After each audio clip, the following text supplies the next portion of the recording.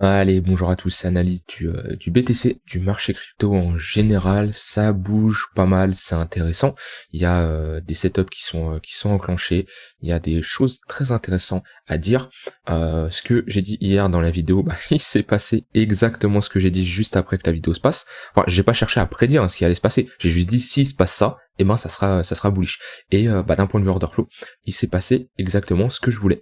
Qu'est-ce que je voulais? Et moi je voulais tout simplement un ratio short qui augmente, avec un prix qui augmente, et un open interest qui augmente. Et en prime, on a un funding qui chute, ce qui nous montre que là, ça lutte contre le mouvement. Il y a des shorters qui veulent pas que le prix monte, ils shortent, ça short, et on le voit, de toute façon, on a tout devant les yeux, là. En général, je n'aime pas utiliser juste un indicateur, hein, j'aime bien avoir une confluence, mais là, quand on a un prix qui monte, un open interest qui monte, et un funding qui descend, et un ratio short qui monte, ça me laisse comprendre que il y a du FOMO short qu'on a liquidé ici. On a une grosse chute de l'open interest avec un gros pic de liquidation.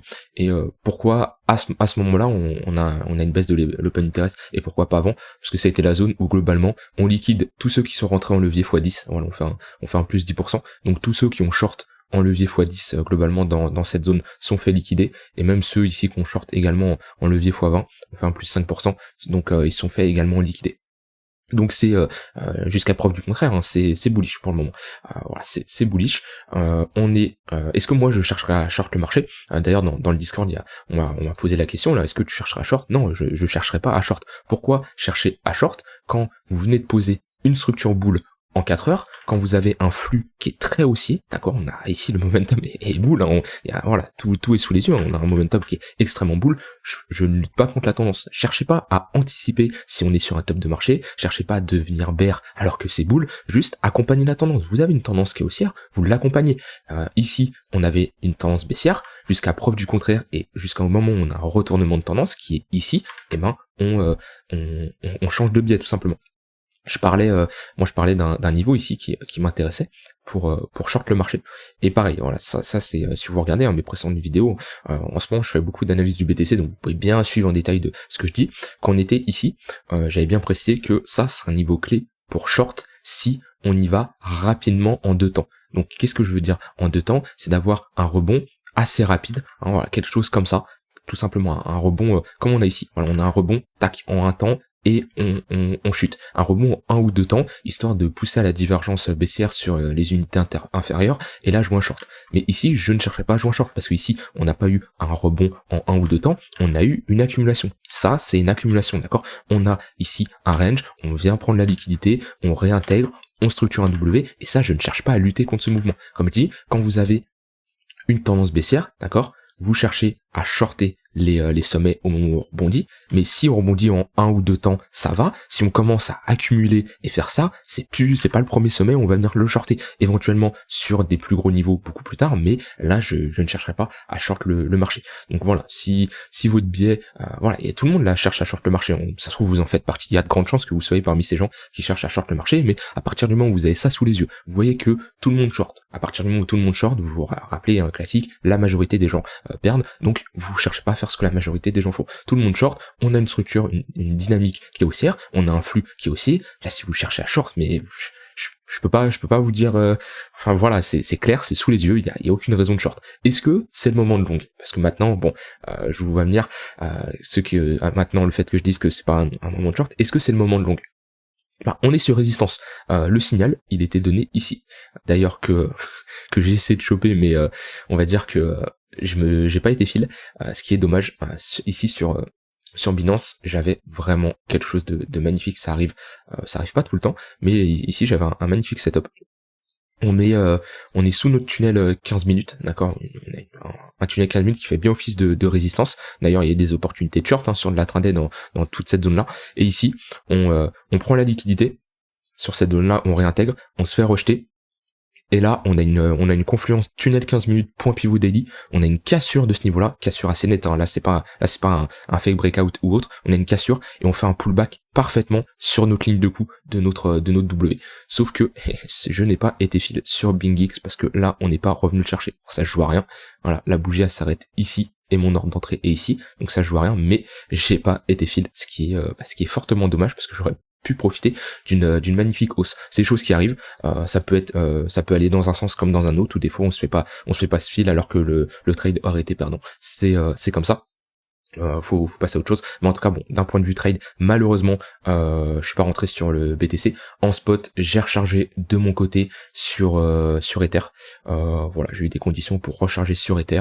Alors pas que je suis trop surexposé sur Ether, c'est juste qu'en fait je suis toujours dans l'élaboration de mon wallet long terme. D'accord, donc sur du 2, 3, 4, 5 ans, on est toujours sur des zones intéressant, même si on commence à sortir. C'est-à-dire que selon moi ici au-dessus de $2000, ça devient plus intéressant de faire de l'investissement long terme sur Ether. Donc je suis vraiment sur la dernière zone qui m'intéresse. Le problème c'est il n'y a pas énormément d'altcoins actuellement qui m'intéressent pour du très très long terme, à part BTC, Ether, Atom, éventuellement Polkadot, Chainlink. Ok, il n'y a pas énormément d'altcoins qui flambent, hein. EGLD j'en parle pas, XRP j'en parle pas, Matic, mais Matic bon c'est voilà, on va pas en parler, on est sur des zones encore intéressantes, mais j'aime pas l'entrée. Mais voilà, donc j'ai rechargé en Ether de mon côté sur les je sais plus, bref, en dessous des $1900, mais voilà, globalement dans cette bougie ici, c'est le dernier niveau selon moi où je me positionnerai sur Ether. Mais voilà, en tout cas, à preuve du contraire, sur le BTC, on est en tendance haussière en 4 heures. Comme je l'ai dit, je ne chercherai pas à short parce que on est sur résistance, on est dans notre zone de rechargement de short, donc éventuellement, les gens ici qui n'ont pas pris profit dans cette zone-là, qui sont rentrés ici, et qui ont regretté ici, vous avez ici une porte potentiellement de sortie pour prendre des profits. Alors bien sûr, ça peut toujours aller plus haut, mais ici on est dans une zone où si les vendeurs ici décident de se réveiller, c'est pas trop tard pour se réveiller, hein, je peux pas savoir ce qui va se passer dans le futur, mais s'ils décident de se réveiller, c'est dans cette zone qui vont le faire. Maintenant, je ne chercherai pas à short. Par contre, si j'ai des essoufflements, voilà, par exemple ici, on a une première vague haussière. Et ça, voilà, on a un schéma vraiment similaire ici. On a notre W, ok, on a ici notre W, on a un gros pump, on a ici un MACD vraiment croissant, MACD vraiment croissant. Si éventuellement je chercherais à short, ce qui n'est pas mon cas pour le moment, j'attendrai d'avoir une seconde vague haussière, poussée à la divergence baissière comme on a eu ici. Là, on a un sommet plus haut que ce niveau-là, sommet plus bas que ce niveau-là. On voit qu'on a un essoufflement, voilà, quelque chose comme ça. Et là, éventuellement, je pourrais chercher à short. Si j'ai un setup qui me montre, si on structure ici une structure baissière, ici on a un M, voilà, globalement, si ce qu'on a fait là, on fait la même chose, en inversé bien sûr, hein, pas dans, parce que sinon c'est une continuation haussière, mais on fait la même chose ici, éventuellement, je pourrais short. Mais à l'heure actuelle, je ne chercherai pas à shorter le mouvement, comme je ne chercherai pas le long. C'est-à-dire, comme j'ai dit, s'il y avait une opportunité, maintenant c'est trop tard, soit vous attendez un retracement, ok, qu'on revienne chercher des niveaux plus bas, qu'on remonte un intérêt sur notre précédent range ici, qu'on a cassé à la hausse, qui est censé faire office de support maintenant. Éventuellement, si pour de l'intraday, si on a un retour dans notre tunnel 15 minutes, voilà, si éventuellement on revient chercher notre tunnel 15 minutes, là on a un prix qui retrace, qui vient chercher notre Pompeo Weekly en confluence avec cette précédente zone qui a été tout simplement une structure, on a fait ici une structure de continuation de tendance, hein. Les creux ils sont maintenus, voilà, on casse à la hausse, bon éventuellement on pourrait chercher à long ici, mais moi de mon côté on est trop haut. Ici on n'achète pas une charte qui est autant verticale, hein, ça marche ça sur globalement toutes les unités de temps, là on a fortement pump. Alors c'est pas parce que le prix a pump qu'il ne peut plus continuer à pump, je dis pas le contraire, mais selon moi ici on est dans une zone à rien faire. Pour moi on est dans une zone à rien faire. Prendre des profits, donc quelqu'un qui est déjà en position ici, on est dans une zone de prise de profit. Bien sûr, ça dépend toujours de votre comment dire, unité de temps. Si vous cherchez à faire de l'intraday, voilà, c'est une zone de prise de profit. Si vous faites de l'investissement long terme, on s'en fout. Là, c'est pas ça qui doit vous inquiéter, une augmentation de 7%. Donc ici, on est dans une zone de prise de profit. Donc ça, c'est si vous êtes rentré en position. Si vous êtes ni short ni long, ici pour moi, selon mon profil, après, chacun ses stratégies, a ses méthodes, mais pour moi ici, il y a rien à faire, parce qu'on est sur résistance, et pour long, bah, c'est trop tard. Ici, on avait notre signal qui était là. Voilà, maintenant Ethereum c'est à peu près pareil, lui il est un peu plus bear quand même, il nous a pas fait une magnifique structure, voilà, il galère un peu, on a quand même ce niveau à revenir retester, et on a de la liquidité encore à prendre sur Ether. On a pris celle-là, on a ici des zones où il y a sûrement des stop loss, on a cette zone d'imbalance à venir combler, et ici on a une zone à venir chercher. Maintenant ça sera une zone qui pourra faire office de résistance également. Donc voilà, sur le BTC, hein, la tendance primaire reste haussière, on continue à jouer dans le sens de la tendance, et bah c'est là où vous devez un peu vous remettre en question. C'était quoi vos émotions qui étaient ici? Est-ce que vous attendiez à une chute du prix? Est-ce que vous attendez à un bottom qu'on a posé là? Alors comme je dis, hein, le but c'est pas d'anticiper quand je dis ce que vous attendez, mais globalement, est-ce que le fait qu'on ait fait une chute de 10%, dans votre tête c'était ça y est, c'est fini? Et c'est ce que j'ai vu beaucoup sur les réseaux sociaux qui parlaient de j'ai vu des niveaux à 19 000 $. J'ai vu ici des gens qui disaient ok, vu le mouvement qu'on a fait ici, c'est pour retourner aux 19 000 $. Étape par étape, moi il y avait, je le rappelle, 3 niveaux qui m'intéressaient: la zone des 25 000, on va faire un trait un peu mieux, la zone des 25 000 $, d'accord, qu'on n'y a pas été, la zone ici en prenant la liquidité, si on avait un potentiel retournement, c'est-à-dire que ici je peux vraiment me positionner, je vais pas dire les yeux fermés, mais je sais que c'est un gros niveau qui sera défendu. Ici, si je cherche à me positionner, je veux vraiment une structure et un essoufflement. Donc ça, c'était les zones que je surveillais. Et c'est vraiment important de s'adapter et changer de biais rapidement. C'est-à-dire que là, vous pouvez changer de biais. C'est-à-dire que vous avez un biais haussier, vous passez à un biais baissier. Vous passez bear. C'est pas mon cas, parce que la tendance primaire reste haussière, et c'est pas un move de 8%. Hein, si on regarde la charte en weekly, je passe pas bearish là-dessus. Alors bien sûr, sur du 4 heures, on peut passer bearish, mais faut rapidement s'adapter. C'est-à-dire que quelqu'un sur du court moyen terme, là en 4 heures, il passe bearish, hein, ici, hein, il peut passer bearish, puis il y a des signaux en 4 heures de retournement, on divergence baissière, etc., structure, tout ça, faut qu'il se réadapte, et ici, il repasse bullish, et c'est sous les yeux. Ici, on a une divergence baissière, on structure un M. Ici, on a une divergence haussière, on structure un W sur une bonne zone de support. Donc, faut bien s'adapter et changer de biais assez rapidement. En daily, on est toujours haussier, jusqu'à preuve du contraire, et je sais pas pourquoi, mais je vais bientôt l'entendre parler sur les réseaux sociaux, qu'on va être ici. Si on fait pas un nouveau sommet dans les prochains jours et qu'on galère, je vais voir partout cette fameuse épaule tête épaule que tout le monde va me parler. C'est obligé. Je connais maintenant les gens comment ils sont. Là, si on bute, on fait 2-3 jours ici et on retrace un peu, hein, on retrace globalement dans cette zone, ça va parler d'une épaule tête épaule de partout. Ça sert à rien d'anticiper une structure. Alors ça, c'est quelque chose aussi que je parlais dans le Discord ici. Ça sert à rien d'anticiper une structure que vous avez. C'est pas le but. C'est-à-dire que ici, il y en a, ils vont se dire ah ok, on peut faire un M.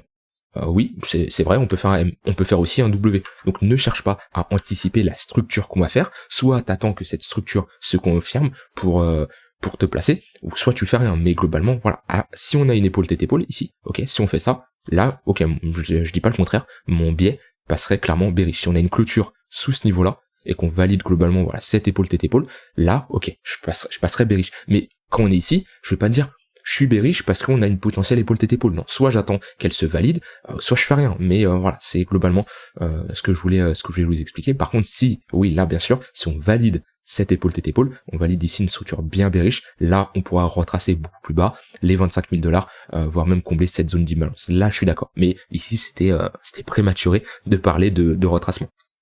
Pour le moment, cette épaule tête épaule n'est pas d'actualité. Hein. Attention quand même à ne pas FOMO suite à ce genre de mouvement. Je vous rappelle que en daily, le momentum reste baissier. Ça n'empêche pas de prendre des mouvements en 1 heure, 4 heures sur des retracements. Mais comme je le dis, si on doit avoir un dernier mouvement haussier de cette structure primaire, pour moi c'est la dernière vague haussière. Ok, on a eu ici une première vague haussière, une seconde.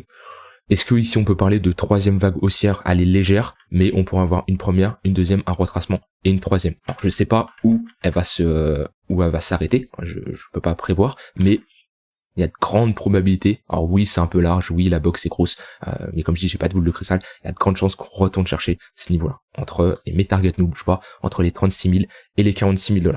Mais je m'attends à un top de marché. Là, vous me verrez sûrement changer de biais. En tout cas, je serai beaucoup plus méfiant. Ce qui est sûr, c'est d'un point de vue swing trading, le long terme, je ne chercherai pas à long ici, c'est beaucoup trop tard. Je chercherai potentiellement à short si le marché me montre des signaux de retournement. S'il me montre pas de signaux, je ne chercherai pas à short. Mais ici, c'est une zone où potentiellement, moi, je changerai de biais. Alors changer de biais, c'est pas ça. Hein. Changer de biais, c'est potentiellement corriger, revenir chercher des niveaux beaucoup plus bas pour après restructurer quelque chose de plus bullish. Mais voilà, ça reste que on peut ici faire un moins 40%, tout simplement. Alors oui, sur du long terme, si après on fait un nouvel ATH, ça sera rien du tout. C'est comme ce qu'on a fait là, ok. Ce qu'on a fait ici, au final, c'est rien du tout. Mais à l'instant T, ça sera quand même quelque chose d'intéressant où on pourrait en profiter pour shorter le marché et surperformer le marché tout simplement. Voilà, j'ai dit ce que j'avais envie de dire, j'ai rien d'autre à ajouter.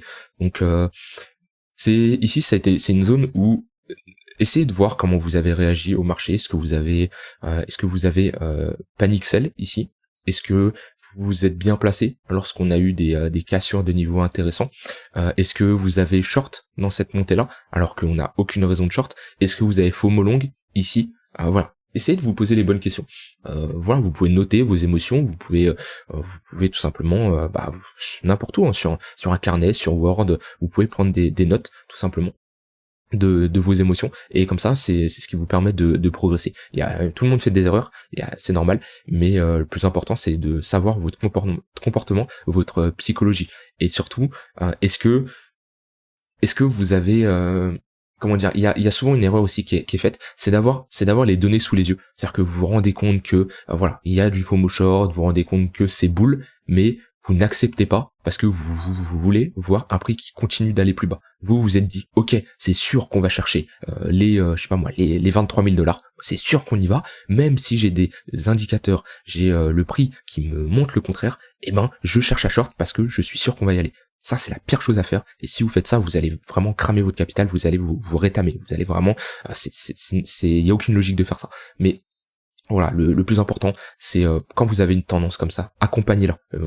Vous allez dans le sens du vent. Le vent est haussier, et ben vous cherchez à long. Le vent est baissier, vous cherchez à short. Bien sûr, je ne chercherai pas à short ici en 4 heures, et j'attendrai des pullbacks sur des niveaux intéressants. Voilà, c'est globalement ce que je voulais montrer. Et d'ailleurs, on a pour le moment un tunnel 5 minutes qui fait bien office de support. Alors ça, c'est vraiment pour du très court terme, mais c'est intéressant de repasser au-dessus de notre moyenne, de nos moyennes mobiles, tunnel 1 heure, tunnel 4 heures, et on n'a toujours pas eu un cross de notre 1 heure 4 heures, qui pour moi, quand on aura un cross de ce tunnel Vegas, et qu'on se fera rejeter de ces deux tunnels Vegas. Moi, le 1 heure 4 heures, c'est vraiment les tunnels Vegas que je regarde, où si on cross, méfiance. Soit je suis de côté, je ne fais rien, soit je me méfie en tout cas. Pour le moment, voilà. Tant qu'on a un tunnel 1 heure au-dessus du 4 heures, c'est encourageant. Ici, on la cross. Après, ici, on a eu un rebond, il y a très peu de gens qui s'y attendaient, d'accord. Mais ici, on peut bien profiter de la hausse. Et quand on commence à le cross, ici, un exemple, quand on a cross nos tunnels 1 heure 4 heures, ça a été bearish. Et tant qu'il reste en dessous, c'est bearish. Et quand on commence à recross, il y a des premiers signaux qui sont encourageants. Donc si on a un cross, je sais pas quand, mais si on a un cross, à voir bien sûr, hein, si on réintègre rapidement, ce qu'il faut c'est rejeter quand on y retourne, et là, je dirais ok, c'est moche. Voilà, vidéo assez complète, un peu accès psychologie de ce qu'il faut pas faire. Enfin, mon but c'est pas de vous orienter, il n'y a pas de conseil en investissement ou autre, hein, mon but c'est pas de vous dire quoi faire globalement, mais c'est surtout de vous dire qu'est-ce qu'il faut pas faire. Et shorter ici alors qu'on a un flux haussier, alors qu'on a un momentum haussier, alors que c'est bullish, c'est la pire chose à faire. Voilà, n'hésitez pas à me dire ce que vous en avez pensé. Si vous avez des questions, et vous allez sûrement en avoir, n'hésitez pas à me les poser en commentaire ou de rejoindre le Discord. Et on se retrouve demain pour une prochaine vidéo. Bye bye.